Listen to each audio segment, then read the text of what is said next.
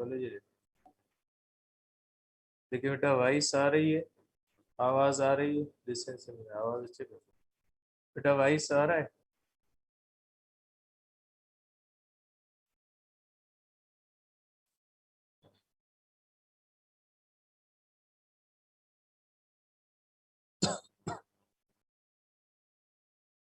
बिस्मिल्लाहिर्रहमानिर्रहीम। देखिए बेटा, हमने कल डिस्कस किया था कि एनर्जी इन वेव्स क्या होता है, या जो वेव्स होती हैं जैसे प्रोग्रेसिव वेव्स होती है, उनके अंदर जो एनर्जी होती है वो किन फैक्टर्स पे डिपेंड करती है या किन चीज़ों पे डिपेंड करती है, उसके बारे में, या पावर ट्रांसमिटेड बाय वेव के बारे में कि जो वेव पावर ट्रांसमिट करती है वो किन फैक्टर्स पे डिपेंड करता है या किन चीज़ों पे डिपेंड करता है, उसके बारे में हमने डिस्कस किया था।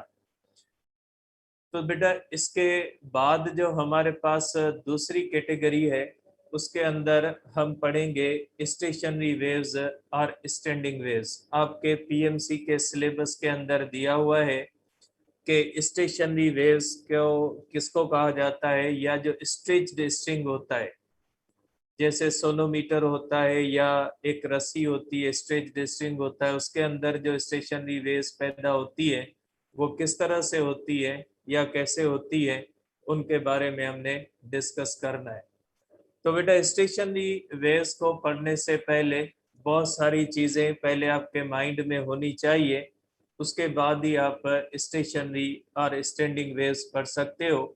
उसके सिवा आप स्टेशनरी या स्टैंडिंग वेव्स नहीं समझ सकते।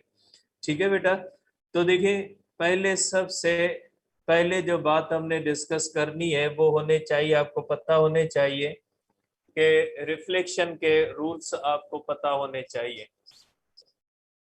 रूल्स ऑफ रिफ्लेक्शन आपको पता होने चाहिए कि रिफ्लेक्शन का रूल क्या होता है। पहली बात ये कि रिफ्लेक्शन का किसको जाता है। देखिए, रिफ्लेक्शन का मतलब होता है कि जब वेव किसी एक मीडियम से जा रही है और सामने किसी चीज से टकराती है, तो किसी भी चीज से टकराने के बाद वो वेव जब वापस आ जाती है उसको रिफ्लेक्शन कहा जाता है। फॉर एग्जाम्पल, लाइट है, वो एयर से आ रही है, मिरर से स्ट्राइक करती है और मिरर से स्ट्राइक करके वापस चली जाती है, तो इस फिनोमिना को क्या कहा जाता है, रिफ्लेक्शन कहा जाता है। जैसे मेरी आवाज है, अगर ये इस रूम के अंदर जा रही है और यहाँ पे मुख्तलिफ दीवारों से स्ट्राइक करने के बाद वापस अगर इस तरह से इस रूम के अंदर आती है, तो ऐसी फिनोमिना को कहा जाता है रिफ्लेक्शन। रिफ्लेक्शन का मतलब या मकसद ये होता है कि जब कोई भी वेव एक मीडियम से जा रही है, सामने किसी और मीडियम की बाउंड्री से स्ट्राइक करती है, तो वापस उसी मीडियम के अंदर अगर आ जाए या सेम मीडियम के अंदर कंटिन्यू करे, तो ऐसी फिनोमिना को रिफ्लेक्शन कहा जाता है। अब पहले आपको रिफ्लेक्शन पढ़ना होगी, रिफ्लेक्शन के बाद जो है वो स्टेशनरी वेव की तरफ आएंगे। पहले हमारे पास ट्रांसवर्स वेव।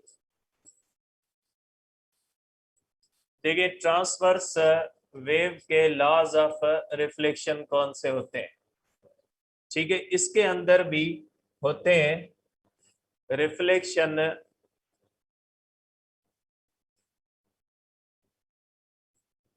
फ्रॉम फिक्सेंड,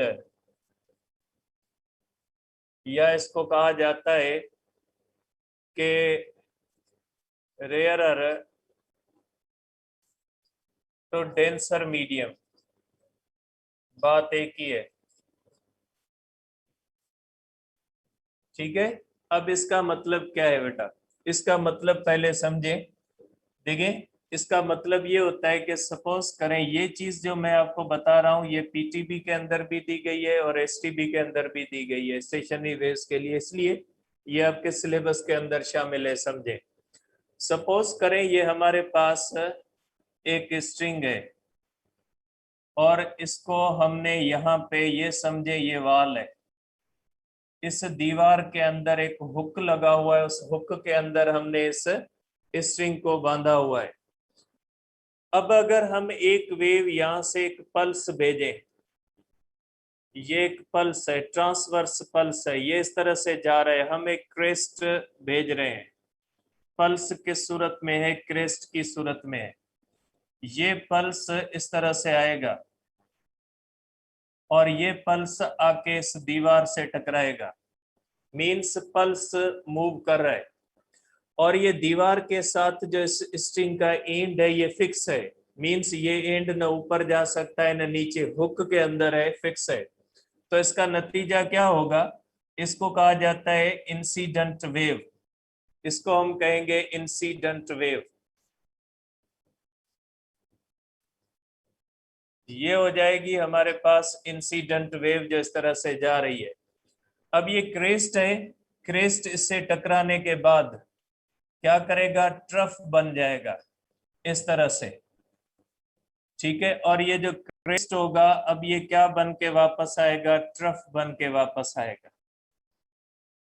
ठीक है। इसको कहा जाता है जो है वो reflected wave, incident wave, reflected wave.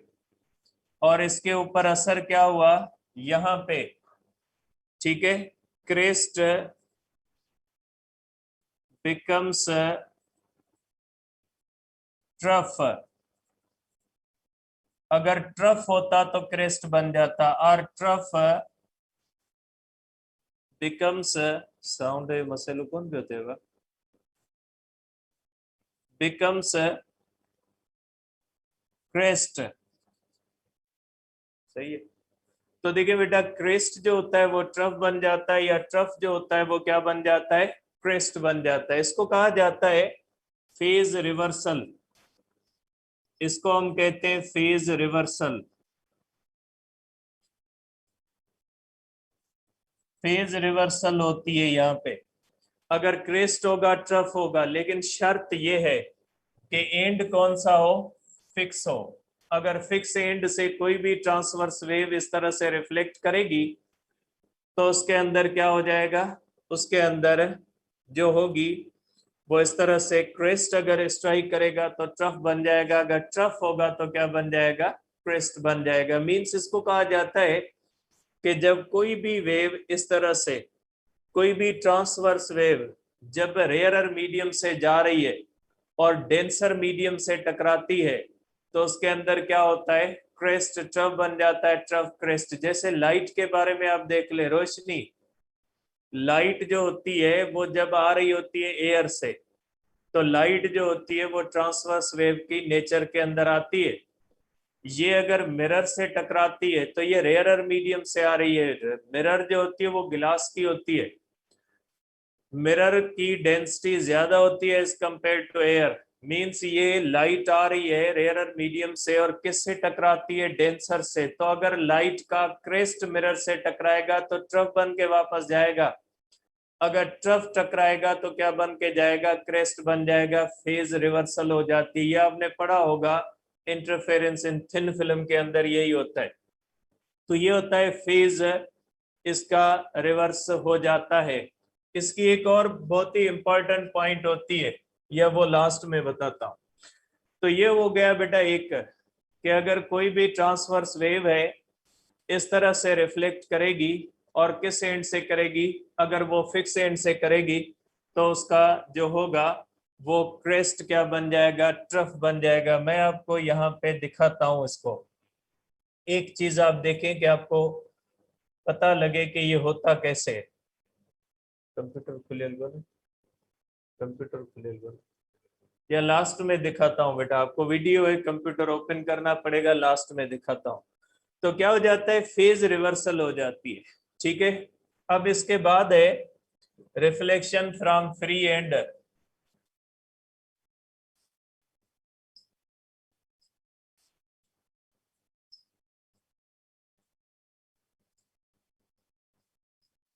Free and होता है, ठीक है, रिफ्लेक्शन फ्रॉम फ्री एंड। और फ्री एंड क्या होता है, डेंसर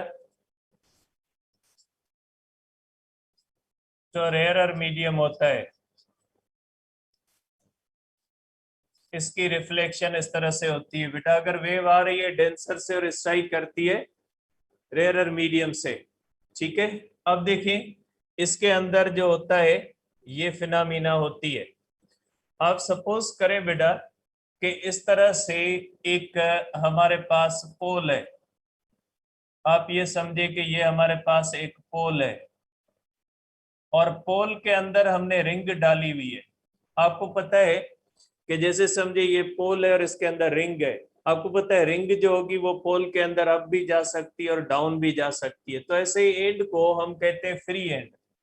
अब अगर कोई भी हम इस तरह से इसके अंदर स्ट्रिंग अटैच करें तो ये इसका जो एंड होगा ये फ्री एंड होगा, क्योंकि ये ring up and down move कर सकती है।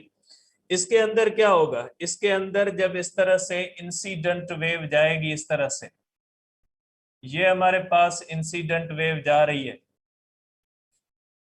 और ये इंसिडेंट वेव जब इससे टकराएगी, ठीक है, और क्रेस्ट टकराए इसके साथ, तो ये हो गई हमारे पास इंसिडेंट वेव। सेम कलर के अंदर मैं लिखता हूं,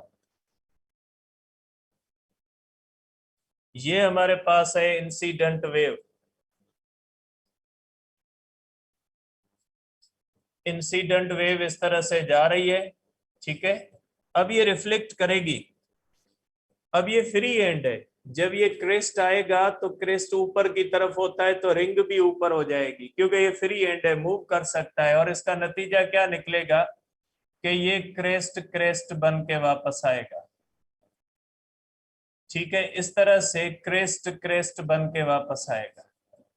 रिफ्लेक्टेड वेव इस तरह से वापस आ जाएगी, ठीक है। फ्री एंड से जो होती है वो सेम होता है और इसके अंदर जो होता है वो फेज रिवर्सल होती है। तो आप क्या कहोगे कि crest returns as crest and अगर ट्रफ होता, ट्रफ रिटर्न्स एज ट्रफ, ठीक है। अब इसके अंदर no phase reversal, no phase reversal, किसी भी किस्म का फेज तब्दील नहीं होता, चेंज नहीं होती। क्रेस्ट क्रेस्ट ही बन के आता है, ट्रफ क्या होता है, ट्रफ बन के आता है। मींस नो फेज रिवर्सल, के फेज की कोई भी रिवर्सल नहीं होती। कि आप कहें कि फेज रिवर्स होता है, फेज रिवर्सल नहीं होती जब फ्री एंड होता है। और ये तब होता है जब कोई भी ट्रांसवर्स वेव रेयरर मीडियम से आ रही है और कहां से स्ट्राइक करती है, डेंसर मीडियम से। जैसे फॉर एग्जांपल कि लाइट शीशे से, गिलास से आ रही है और किससे टकराती है, एयर से, ठीक है। तो अगर ऐसी फिनोमिना हो के रोशनी आ रही है जो है वो गिलास से और आगे टकरा के रिफ्लेक्ट करती है एयर से, तो इसके अंदर ये फिनोमिना होती है। इसको कहा जाता है reflection from free and denser medium से। जब रेयरर मीडियम से ये रिफ्लेक्शन होती है तो ऐसी फिनोमिना होती है, ठीक है। तो ये हमारे पास laws of reflection of transverse waves. और लॉन्गिट्यूडनल वेव्स के इससे अपोजिट है। अगर कोई लॉन्गिट्यूडनल वेव है तो लॉन्गिट्यूडनल वेव के लॉज जो होते हैं वो इससे अपोजिट होते हैं। अगर लॉन्गिट्यूडनल वेव फिक्स एंड से, मैं लिख देता हूं फिर आपको मसला होगा, ठीक है। अब मैं लिख देता हूं लॉन्गिट्यूडनल वेव्स के।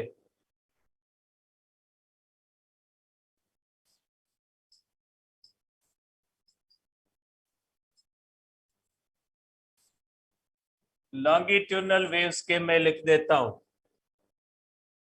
इसके अंदर एक होता है रिफ्लेक्शन फ्रॉम फिक्स एंड, ठीक है। अब इसके अंदर क्या होता है, नो फेज रिवर्सल। इसका उल्टा रूल है ट्रांसवर्स से, नो फेज रिवर्सल। कंप्रेशन अगर होती है तो कंप्रेशन ही वापस आएगी। Compression returns as compression and rarefaction returns as a rarefaction, rarefaction बन के आती है, और कंप्रेशन क्या होता है, कंप्रेशन बन के आती है। किसी भी किस्म की फेज रिवर्सल नहीं होती इसके अंदर, ठीक है। और दूसरा इसके अंदर सेकंड है reflection from free end,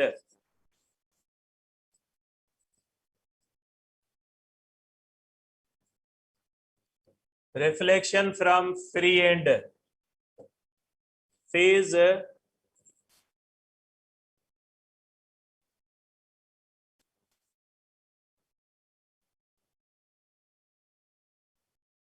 phase reversal होती है इसके अंदर। कंप्रेशन रिटर्न करती है, compression returns as a rarefaction and rarefaction returns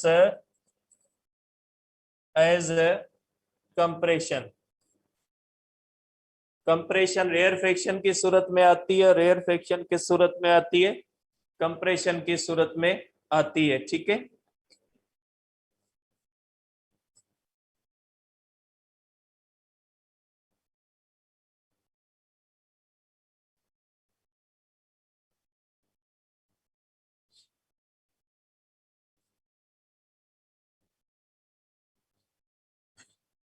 तो ये हो जाता है इस तरह से। कौन से बेटा, ये हमारे पास है लॉन्गिट्यूडनल वेव के रूल्स। तो पहली बात है ये हमने डिस्कस कर ली बेटा, ठीक है। दूसरी बात कौन सी होती है बेटा, दूसरी बात ये होती है कि मोनोक्रोमेटिक वेव किसको कहा जाता है बेटा, ये आपको पता होना चाहिए। मोनोक्रोमेटिक वेव, मोनोक्रोमेटिक वेव्स का मकसद होता है waves having a single frequency and a single wavelength, ठीक है बेटा। ऐसी वेव्स जिनकी सिंगल फ्रीक्वेंसी और सिंगल वेवलेंथ हो, जैसे लाइट जो होती है ना, विजिबल लाइट जो होती है वो मोनोक्रोमेटिक या जो है मोनोक्रोमेटिक नहीं होती। मोनोक्रोमेटिक क्यों नहीं होती, इसलिए नहीं होती मोनोक्रोमेटिक क्योंकि इसके अंदर जो वेवलेंथ होती है वो 400 नैनोमीटर से लेकर 700 नैनोमीटर तक होती है, 400 नैनोमीटर से लेकर 700 नैनोमीटर तक होती है, ठीक है। इसके अंदर एक वेवलेंथ नहीं होती। तो जैसे लेजर लाइट होती है, लेजर लाइट आपने देखी है, सिंपल लेजर होता है, देखिए उसका बीम इंटेंस मोनोक्रोमेटिक होता है, कोहेरेंट भी होता है। तो ये क्या होता है, उसके अंदर सब के सब जो रेज होते हैं उन सब रेज की फ्रीक्वेंसी क्या होती है, सेम होती है। तो ऐसी वेव जिसके अंदर जितने भी रेज हो सब के सब रेज की जो फ्रीक्वेंसी हो वो सेम हो, तो ऐसी वेव को क्या कहा जाता है, ऐसी वेव को कहा जाता है मोनोक्रोमेटिक। और जिसके अंदर एक जैसी कंडीशन नहीं होती उसको कहा जाता है रैंडम करेक्टर की लाइट। तो जो हमारे पास ये जो लाइट है, विजिबल लाइट है, ये विजिबल लाइट जो होती है रैंडम नेचर की होती है। इसके अंदर जितने भी रेज होते हैं उनकी ना सिंगल फ्रीक्वेंसी होती है और ना ही सिंगल वेवलेंथ होती है, डिफरेंट वेवलेंथ होती है और डिफरेंट फ्रीक्वेंसीज होती है इसके अंदर, ठीक है। दूसरी होती है कोहेरेंट। कोहेरेंट का मकसद होता है ऐसी वेव जिसके अंदर हैविंग कांस्टेंट फेज डिफरेंस। अब ये क्या होता है ये आगे समझाता हूं आपको, फिलहाल इसकी डेफिनेशन लिख लें कि ये कोहेरेंट वेव होती है। मोनोक्रोमेटिक कोहेरेंट वेव एक जनरल टर्म इस्तेमाल होता है। तो मोनोक्रोमेटिक या कोहेरेंट वेव का मकसद होता है ऐसी वेव जिसके दरमियान जिसकी फ्रीक्वेंसी सिंगल वेवलेंथ हो और जिसके अंदर जितने भी रेज हो वो फेज के अंदर हो, मींस फेज डिफरेंस जो उनका वो एक जैसा हो, फिर वो जीरो हो सकता है या कोई भी हो सकता है, कांस्टेंट हो तो उसको कहा जाता है कि ये जो है ये वेव्स एक दूसरे के साथ इनका कांस्टेंट फेज डिफरेंस है। ठीक है, सपोज करें, मैं इसको बनाता हूं ताकि आप यही समझे। सपोज करें एक वेव यहां से शुरू होती है, देखिए ये हमारे पास एक वेव यहां से शुरू होती है, ठीक है, और दूसरी वेव भी यहां से शुरू होती है। दोनों की एंड पॉइंट्स सेम है, सॉरी स्टार्टिंग पॉइंट सेम है। आप कहोगे इन दोनों वेव्स के दरमियान फेज डिफरेंस जो होता है फाई, फेज डिफरेंस जीरो है। मीन्स दोनों की क्रेस्ट क्रेस्ट से शुरू होती है और दोनों एक ही जगह से शुरू होती है। तो आम लैंग्वेज में सिंपल वर्ड्स में आप इस तरह से कहेंगे इनके दरमियान फेज डिफरेंस क्या होता है, फेज डिफरेंस जीरो है। अब अगर इस तरह से हम करें, एक वेव यहां से आती है इस तरह से, ठीक है, इसकी स्टार्टिंग पॉइंट ये है, और एक वेव आती है यहां से, सपोज करें एक वेव आती है यहां से इस तरह से।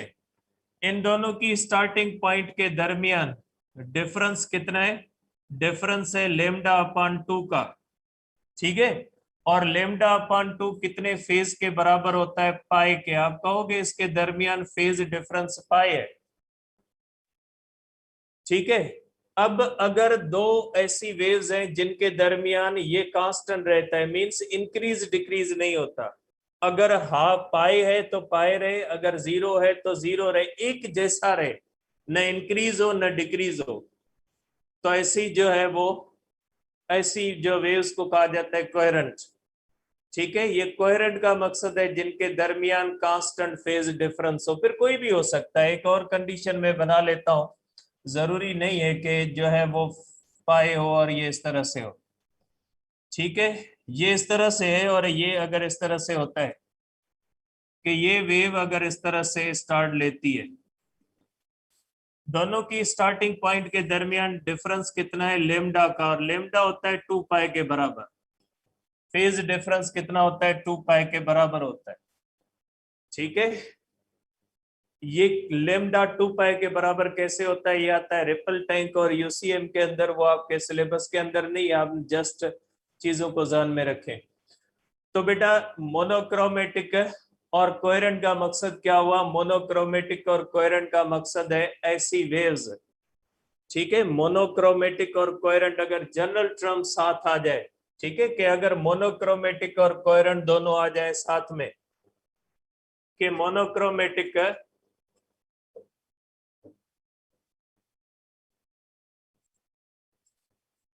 Monochromatic and coherent, coherent wave, ठीक है, वेव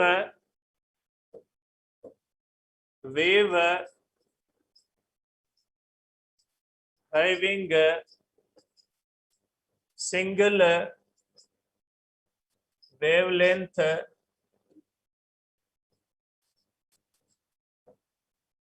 या frequency and having constant phase difference, ऐसी वेव जिसके अंदर सिंगल फ्रीक्वेंसी सिंगल वेवलेंथ वाले जो है वो वेव्स रेज मौजूद और जिनके अंदर कांस्टेंट फेज डिफरेंस हो, तो उसको क्या कहा जाएगा, उसको कहा जाएगा कि ये जो है वो हमारे पास ये जो है वो मोनोक्रोमेटिक और कोहेरेंट वेव है, ठीक है। तो ये हुई दूसरी बात। अब आते हैं तीसरी बात। ये जो तीसरी बात है ये आपके सिलेबस के अंदर भी शामिल है, पीएमसी के सिलेबस के अंदर, principle of superposition, principle of superposition of waves, ये क्या होता है, principle of superposition of waves किसको कहा जाता है, या ये क्या होता है, ठीक है। इसके बाद जो है वो समझे। ये जो एक दो टॉपिक है, इसके बाद तकरीबन जो है वो प्रैक्टिकली आपका फिजिक्स का सिलेबस खत्म है। तो देखिए, अब प्रिंसिपल ऑफ सुपरपोजिशन क्या होता है? प्रिंसिपल ऑफ सुपरपोजिशन का मतलब या मकसद क्या होता है, इसको समझे। देखिए बेटा, हमने ये पढ़ा है कि जब कोई भी वेव किसी भी मीडियम से गुजरती है तो उस मीडियम के पार्टिकल वेव के गुजरने की वजह से वाइब्रेट करना शुरू कर देते हैं। ठीक है, ये हमने पढ़ा है कि जैसे मेरी साउंड वेव है, ये से एयर से गुजर रही है, तो एयर के मॉलिक्यूल्स जो होते हैं ये क्या कर रहे हैं, ये वाइब्रेट कर रहे हैं। ठीक है, ये वाइब्रेटरी मोशन के अंदर होते हैं। अब मसला ये होता है कि अगर एक टाइम पे एक ही मीडियम से दो या दो से ज्यादा वेव्स गुजरे तो मीडियम का बिहेवियर क्या होता है। फॉर एग्जाम्पल, यहाँ पे हम रूम के अंदर, अभी तो जो है वो मैं एक बैठा हूं, लेकिन अगर दो तीन बंदे हो यहाँ पे, और दोनों तीनों बंदे यहाँ पे, हम तीनों चारों बंदे जितने भी हम हैं, वो अगर सब बोलना शुरू कर दें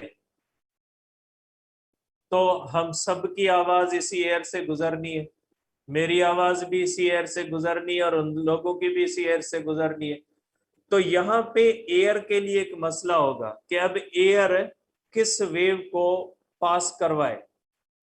ठीक है, तो यहाँ पे एक नेचुरल फिनोमिना होती है कि जब दो या दो से ज्यादा वेव्स किसी एक मीडियम से गुजरती है तो वो एक कंबाइंड सिंगल वेव बना के गुजरती है, और वो अलग अलग वेव बन के नहीं गुजरती। जैसे इसका बेस्ट एग्जांपल है सनलाइट। देखिए, सन के अंदर जो लाइट है, वो जो व्हाइट कलर की लाइट हम कहते हैं, इसके अंदर कितने कलर मौजूद होते हैं? बहुत सारे कलर होते हैं, लेकिन हम 7 कलर कहते हैं, 7 कलर्स। अब सन से जब ये लाइट निकलती है तो ये सातों कलर अलग नहीं आते कि रेड अलग आ रहा है, ग्रीन अलग आ रहा है, ब्लू अलग आ रहा है, येलो अलग आ रहा है, वायलेट अलग आ रहा है, ऐसे नहीं होता। ये सब कलर आपस में मिक्स होके एक व्हाइट लाइट की सूरत लेते हैं, और व्हाइट लाइट की सूरत में आके जमीन तक पहुंचते हैं। लेकिन ये कॉम्बिनेशन देखें, ये एक ऐसी कॉम्बिनेशन होती है जिसमें आर्जी तौर पे वेव्स एक दूसरे से कंबाइन होती हैं, लेकिन हर एक वेव अपनी शनाख्त बरकरार रखती है। जब आप उसको प्रिज्म से गुजारोगे तो हर कलर अपना अलग रास्ता लेगा। इसका मकसद है कि वेव्स आपस में मिक्स तो होती है, लेकिन उसके अंदर उनकी अपनी शनाख्त बरकरार रखती है। ये लाइक अ मिक्सचर होता है। जैसे केमिस्ट्री आप ज्यादा जानते हैं मुझसे, मुझे इतनी नहीं आती, लेकिन मिक्सचर जो होता है ना, उसके अंदर ऐसे ही होता है। जैसे चाय होती है, चाय के अंदर जब हम चाय बनाते हैं, उसके अंदर पत्ती होती है, उसके अंदर शुगर होता है, उसके अंदर जो है वो कोई भी चीज डाल दें, मुख्तलिफ किस्मों की अब जो है वो चाय बनना शुरू हो गई है। तो जब हम उसको पीते हैं तो उसके अंदर जो भी चीज होती है उस सब का अलग अलग टेस्ट महसूस होता है। ऐसा नहीं होता कि कंपाउंड की सूरत में हो जाए और एक नई चीज बन जाए, ऐसे नहीं होता। उन सब का जायका उसके अंदर मौजूद होता है। तो इसी तरह से अगर आप देखते हैं कि सनलाइट जो होती है, उसमें से सन से जब डिफरेंट कलर्स निकलते हैं तो वो कंबाइन होके एक सिंगल वेव की सूरत ले लेते हैं। तो ये जो एक सिंगल वेव की सूरत लेते हैं, ऐसी कॉम्बिनेशन को क्या कहा जाता है? ऐसी कॉम्बिनेशन को सुपरपोजिशन कहा जाता है, जिसके अंदर दो या दो से ज्यादा वेव्स आपस में मिक्स होके एक सिंगल वेव बना लेती है, और वो सिंगल वेव की सूरत में एक जगह से दूसरी जगह तक पहुंचती है। तो ऐसी फिनोमिना को क्या कहा जाता है? ऐसी फिनोमिना को हम कहते हैं कि ये सुपरपोजिशन है। सुपरपोजिशन या रिफ्लेक्शन, सॉरी एक रिफ्लेक्शन की बात मैं भूल गया, बहुत ही इंपॉर्टेंट बात थी रिफ्लेक्शन की, बताता हूं। सुपरपोजिशन या रिफ्लेक्शन जनरल प्रॉपर्टी या वेव है। किसी भी किस्म की वेव जो होगी वो रिफ्लेक्ट करेगी, चाहे वो मैकेनिकल हो, चाहे वो इलेक्ट्रोमैग्नेटिक हो, चाहे वो लॉन्गिट्यूडनल हो, चाहे वो ट्रांसवर्स हो। किसी भी किस्म की वेव जो होती है वो रिफ्लेक्ट करती है, और किसी भी किस्म की वेव जो होती है वो सुपरपोजिशन भी करती है। ये जनरल प्रॉपर्टी ऑफ वेव्स होती है। तो पहली बात ये हुई कि ये जनरल प्रॉपर्टी ऑफ वेव है। जनरल प्रॉपर्टी का मकसद है सब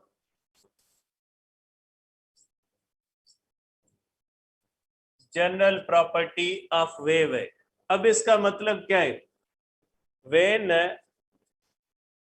टू और more than two waves travel through same medium, they combine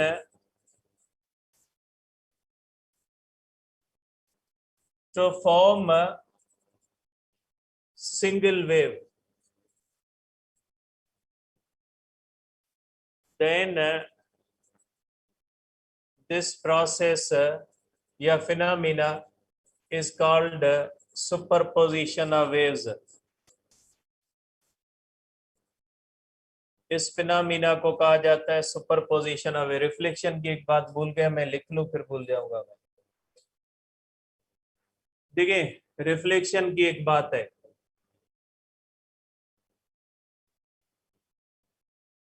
ठीक है। रिफ्लेक्शन की एक बहुत ही इंपॉर्टेंट बात होती है, ये बहुत ही इंपॉर्टेंट चीज है। ये ट्रांसवर्स के लिए भी है, लॉन्गिट्यूडनल के होती है। इन रिफ्लेक्शन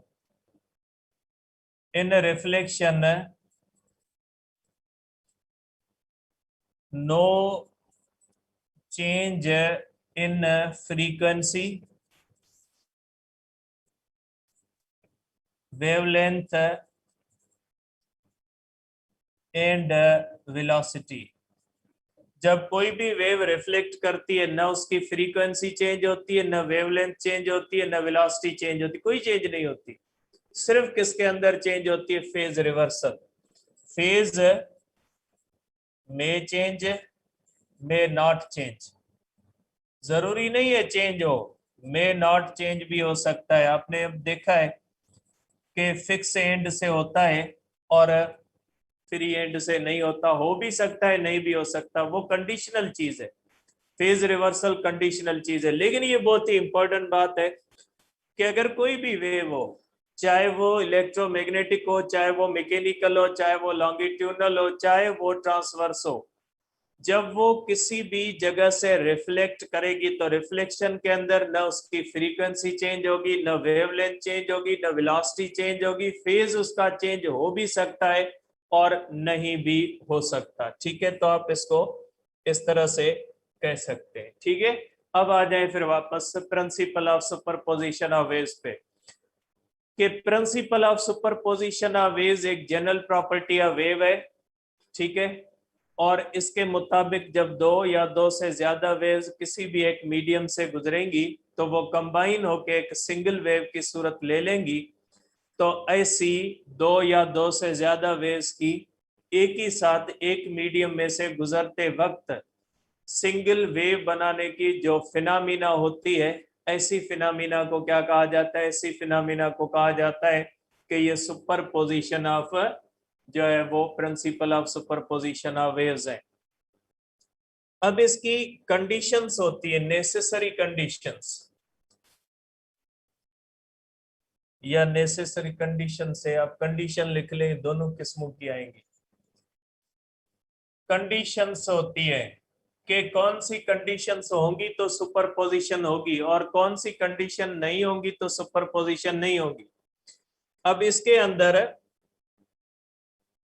अंदर पहली कंडीशन ये होती है कि nature of waves must be same. ठीक, इसका क्या मतलब? Electromagnetic wave with electromagnetic wave superpose करेगा। इलेक्ट्रोमैग्नेटिक वेव मैकेनिकल के साथ नहीं करेगी। इलेक्ट्रोमैग्नेटिक वेव इलेक्ट्रोलाइट का साउंड के साथ नहीं करेगी। साउंड भी वेव है, लाइट भी वेव है, साउंड और लाइट आपस में नहीं करेंगे। जैसे रेड कलर से लेकर वायलेट कलर सब इलेक्ट्रोमैग्नेटिक वेव है तो करते हैं। दूसरी, mechanical with mechanical wave. Mechanical wave with mechanical wave, इसके अंदर भी दो होती हैं, लॉन्गिट्यूडनल के साथ, ठीक है, और ट्रांसवर्स के साथ। ठीक है, लॉन्गिट्यूडनल और ट्रांसवर्स की नहीं होगी, लॉन्गिट्यूडनल ट्रांसवर्स की नहीं होगी। ठीक है, अब ये याद रखिएगा, क्रॉस का मकसद है नहीं होगी, लॉन्गिट्यूडनल ट्रांसवर्स के साथ नहीं होगी, या मैं लिख लेता हूं, नो सुपरपोजिशन। ठीक है, ये सुपरपोज नहीं कर सकते, लॉन्गिट्यूडनल ट्रांसवर्स के साथ नहीं कर सकता, transverse longitudinal means nature of wave का सेम होना जरूरी है। ठीक है, नेचर ऑफ वेव्स का मकसद है कि इलेक्ट्रोमैग्नेटिक वेव्स है तो इलेक्ट्रोमैग्नेटिक वेव्स आपस में करेंगे, मैकेनिकल है तो मैकेनिकल आपस में करेंगे, मैकेनिकल में भी लॉन्गिट्यूडनल लॉन्गिट्यूडनल के साथ करेगी, ट्रांसवर्स किसके साथ करेगी, ट्रांसवर्स वेव के साथ सुपरपोज करेगी। ठीक है, तो आप इसको इस तरह से कह सकते हैं कि नेचर ऑफ वेव्स पे डिपेंड करती है। एक और बात होती है, और वो ये बात होती है कि frequency, wavelength, amplitude is not necessarily same।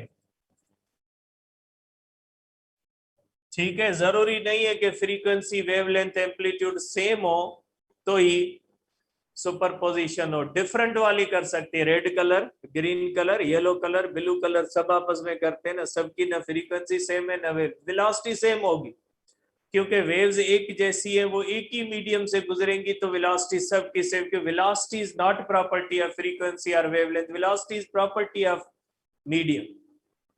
तो अगर रेड, ग्रीन, ब्लू सब की वेलोसिटी, फ्रीक्वेंसी, वेवलेंथ अलग है, कर लेते हैं आपस में सुपरपोजिशन, सुपरपोज कर सकते, सुपरपोजिशन के लिए जरूरी नहीं है। ठीक है, सुपरपोजिशन के लिए जरूरी नहीं होता कि उनकी फ्रीक्वेंसी, वेवलेंथ, एम्पलीट्यूड वगैरह सेम हो, डिफरेंट वाले भी कर सकते हैं। ठीक है, अब आ जाए आगे। अब मैथमेटिकली मैं इसको लिखता हूं, मैथमेटिकली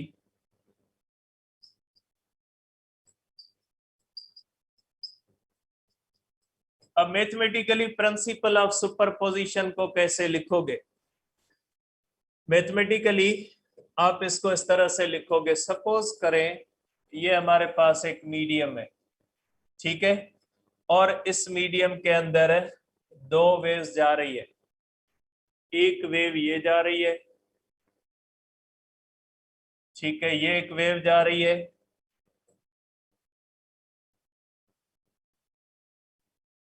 और एक वेव ये जा रही है। अब इसका एम्पलीट्यूड मैं बनाऊं, इसका एम्पलीट्यूड है y1, एक और वेव है,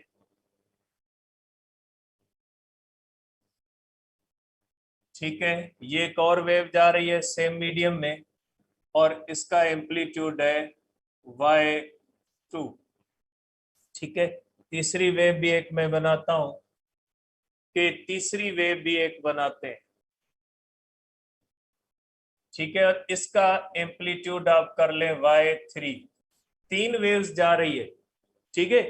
अब सुपरपोजिशन के मुताबिक इन सब की कॉम्बिनेशन से एक रिजल्टेंट वेव बनेगी, इन सब की कॉम्बिनेशन से ये रिजल्टेंट वेव है। ठीक है, ये वो वेव्स हैं जो आपस में सुपरपोज करती हैं, इन तीनों की कॉम्बिनेशन से एक सिंगल वेव बनी जिसका एम्पलीट्यूड y होगा। ठीक है, तीनों वेव्स आपस में कंबाइन होके क्या बना लेंगी, एक सिंगल वेव बनाएंगी जिसका एम्पलीट्यूड y होगा। तो आप क्या कहोगे कि अकॉर्डिंग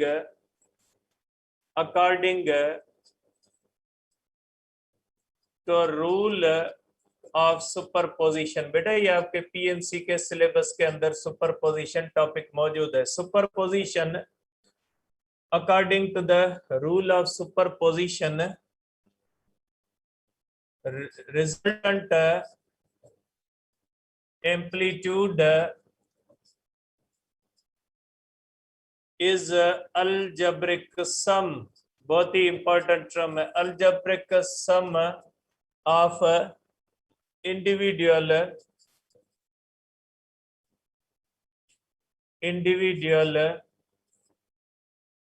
एम्पलीट्यूड्स। ठीक है, According to the rule of superposition, resultant amplitude is algebraic sum of individual amplitudes. ये बहुत ही इंपॉर्टेंट इसका मतलब होता है। algebraic sum क्या होता है, इसको एक्सप्लेन करता हूं मैं। ठीक है, ये होता है algebraic sum।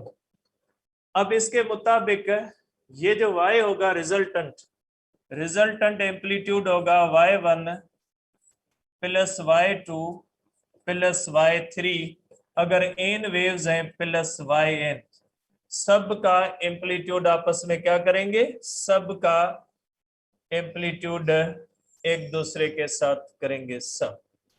ये हो गया कि resultant amplitude y is equal to y1 plus y2 plus y3 up to क्या हो जाएगा, अप टू हो जाएगा yn। तो ये रिजल्टेंट एम्पलीट्यूड है। अब अलजेब्रिक सम का मकसद क्या होता है, अलजेब्रिक सम ऊपर मैं लिख देता हूं।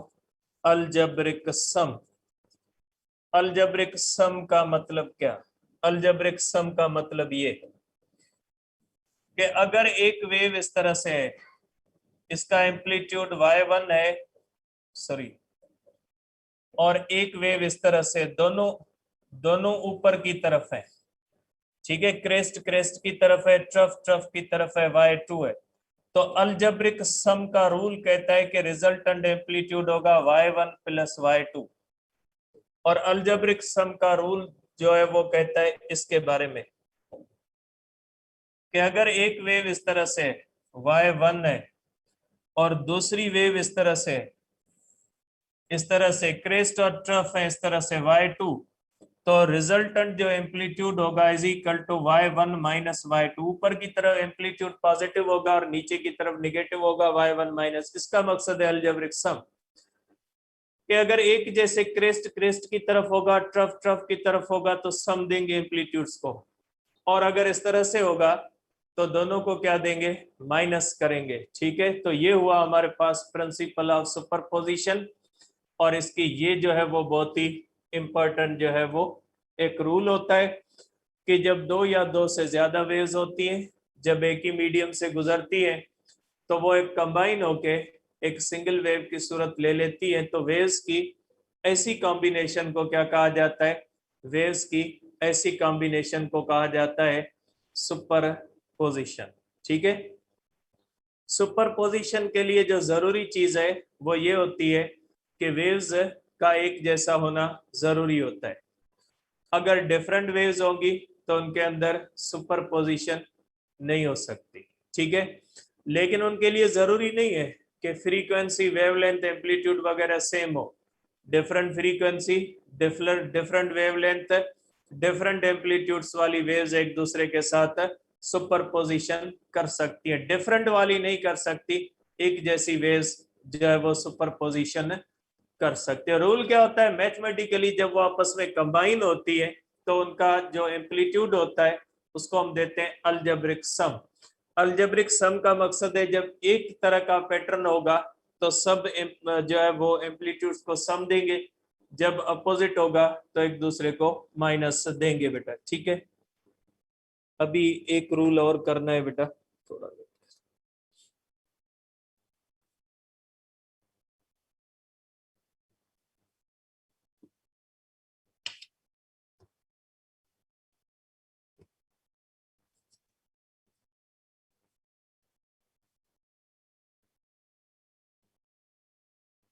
ठीक है। तो ये हमारे पास हो गया जो है वो मैथमेटिकली प्रिंसिपल ऑफ सुपरपोजिशन। ठीक है, अब हम देखते हैं बेटा आगे। ठीक है, अब सुपरपोजिशन की एक स्पेशल किस्म होती है। ठीक है, स्पेशल टाइप ऑफ सुपरपोजिशन होती है बेटा।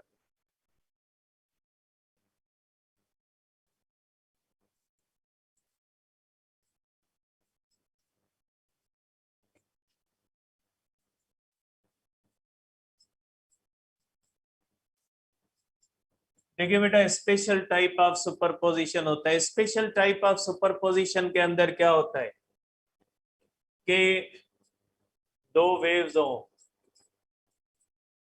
To waves having same frequency wavelength,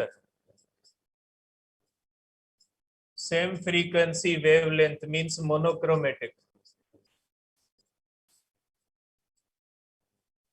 ठीक है, टू वेव्स अगर हो, दोनों वेव्स एक दूसरे के साथ उनकी फ्रीक्वेंसी वेवलेंथ सेम हो, अगर दो वेव्स है उनकी फ्रीक्वेंसी सेम है, वेवलेंथ सेम है, ठीक है, उनकी सुपरपोजिशन के उनकी सुपरपोजिशन के दो बहुत ही इंपॉर्टेंट रिजल्ट्स होती है, और वो कौन सी होती है उनको हमने पढ़ना है। एक टाइप को सिंपली हमने यहाँ पे लेना है तो वो सिंपली बताता हूं, और दूसरा जो होता है उसको कल डिस्कस करेंगे जो हमें यहाँ पे डिटेल में पढ़ना है। ठीक है, इसका एक होता है बेटा, इसका एक ये होता है कि when two waves having single frequency oblique wavelength means मोनोक्रोमेटिको traveling in same direction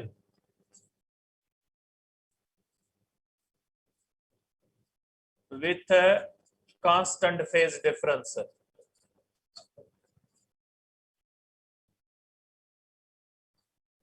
दो वेव्स हो जिनकी फ्रीक्वेंसी सेम हो, वेवलेंथ सेम हो और डायरेक्शन भी सेम हो, और वो क्या हो, वो उनके दरमियान कांस्टेंट फेज डिफरेंस हो। ठीक है, तो इसकी रिजल्ट क्या होती है, दे प्रोड्यूस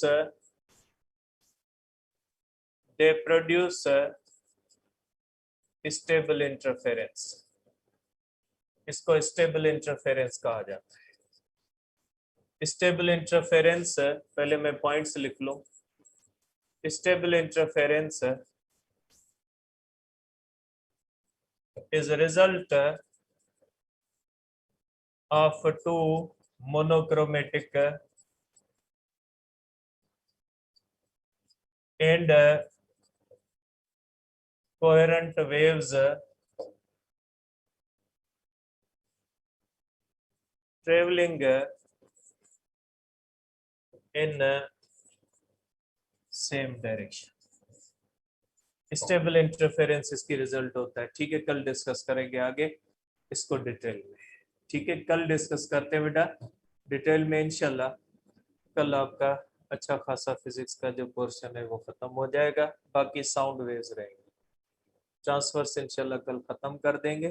ठीक है, तो कल जो है वो इसको डिस्कस करेंगे। टेस्ट जो होगी बेटा वो आपकी अपने टाइम पे होगी, टेस्ट डिले का अब आपके पास ऑप्शन नहीं है। दूसरी बात बेटा, कुछ बच्चे मैसेज कर रहे हैं कि उन्होंने डेट सिलेक्ट नहीं की थी। अब क्या कहा जाए, पीएमसी ने 2 बार अपनी डेट एक्सटेंड की। पीएमसी चीख रहा था, चिल्ला रहा था, भाई अपनी डेट सिलेक्ट करें। अब उन लोगों के बारे में मैं क्या बोलूं जिन्होंने डेट सिलेक्ट ही नहीं की। कुछ बच्चे ऐसे हैं, कल एक दो पेरेंट्स की कॉल आई कि हमने फीस सबमिट नहीं की, हम मंडे को कर दें। बेटा पीएमसी ने एक डेट दी, दूसरी डेट दी, तीसरी दी, लेट फी दी। खुदा के बंदे, उसके बाद भी आप किसका वेट कर रहे हो कि अब फी पिलाते हैं। अब क्या करें, कल 4-5 बजे बैंक बंद हो गया, कल वैसे भी सैटरडे को बंद हो। तो उन लोगों के बारे में मैं क्या बोलूं, ऐसे गैर जिम्मेदाराना रवैया मैंने इस मुल्क में देखा है, दुनिया में नहीं होता। कि आपकी क्रूशियल डेट्स हैं भाई, आप चूज करें। क्या आप चूज नहीं करोगे तो पीएमसी वाले आपके घर आएंगे, कहेंगे नहीं भाई मेहरबानी करो, आप जो भी डेट कहो हम आपको देते हैं, लेकिन डेट टेस्ट दो। उनको क्या लेना देना आपसे? नहीं दो टेस्ट, उनके घर से क्या जाता है? क्या कर क्या रहे हो, मुझे तो ये समझ में नहीं आ रहा।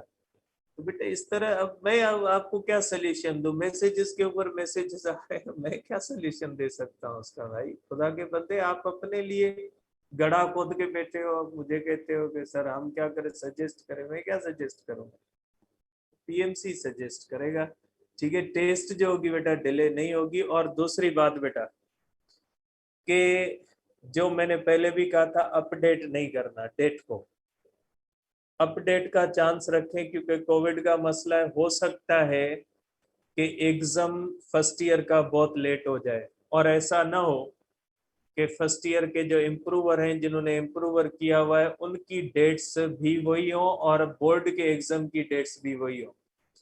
तो ये आपके पास वहां पे ऑप्शन मौजूद अगर होगा कि आपकी इम्प्रूव, ये स्पेशली इम्प्रूवर्स के लिए, कि इम्प्रूवर जब फर्स्ट ईयर के पेपर देंगे तो वो ऑप्शन बचा के रखें कि खुदा न खास्ता अगर बोर्ड का पेपर और आपकी पीएमसी की टेस्ट की डेट एक ही हो जाती है, तो फिर आपके लिए कोई मसला ना, वहां पे आप ये ऑप्शन अप्लाई कर दीजिएगा। ठीक है, तो ये ऑप्शन बचा के रखें। बाकी जिनकी है ही 31 अगस्त, वो तो वैसे ही जो है वो सूली पे लटके हुए हैं, वो कर ले, कोई मसला नहीं। उनके लिए 31 से 29 नहीं होगी, उनको एक दो दिन का रिलैक्स मिल जाएगा। बाकी ऐसा नहीं कीजिएगा कि जैसे मैंने कहीं पे पढ़ा था कि एक बंदे की 16 सितंबर थी, उसने अपडेट किया 2 सितंबर आ। ठीक है, ऐसा भी होता है, तो थोड़ा एहतियात कीजिएगा चीज़ों के अंदर।